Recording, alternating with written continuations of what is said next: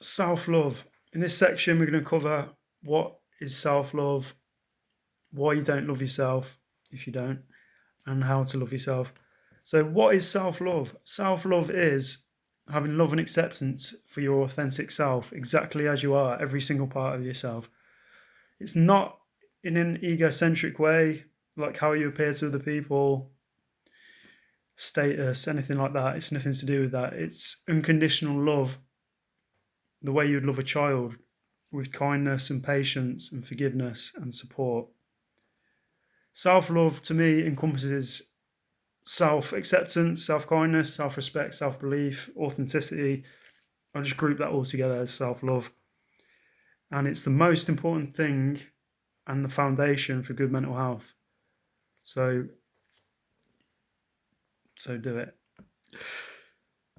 Why you don't love yourself if you don't.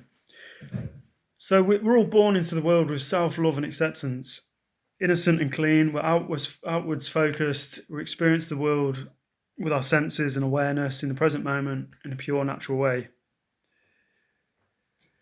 But if you've ever experienced any kind of criticism based trauma, small or big, like criticism, bullying, teasing, negative, nasty comments, and you were hurt by this, you may have put up some walls to protect yourself from further pain.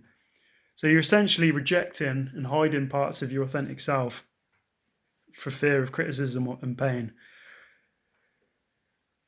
So these become negative self-beliefs or false negative self-beliefs, and they're often originally just someone else's opinion, which you've took as truth.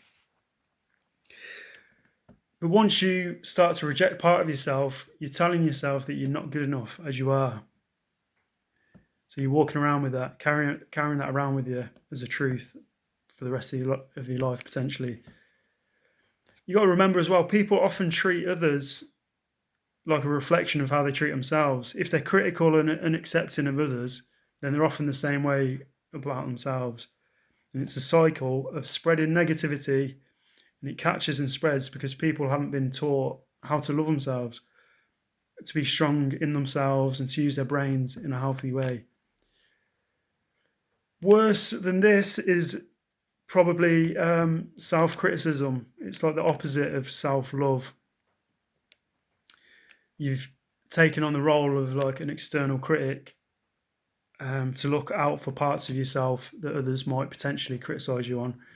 It's like self-punishment. Okay, how to love yourself. You need to love and accept yourself exactly as you are, as a whole, with kindness, patience, forgiveness, and support. Everybody is born already complete and whole.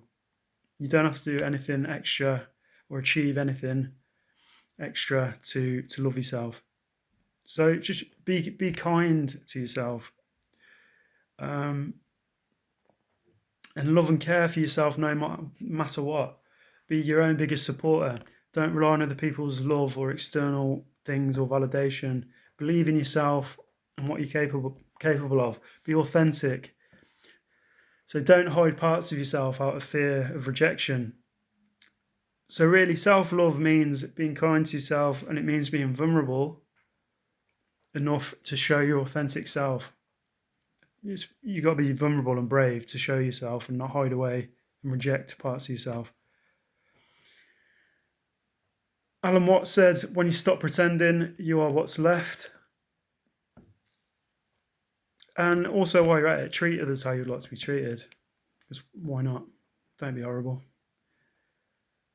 So the right way to deal with criticism is to accept it as someone else's opinion only. It's not your opinion of yourself. Um, your love for yourself should be rock solid no matter what anyone says about you.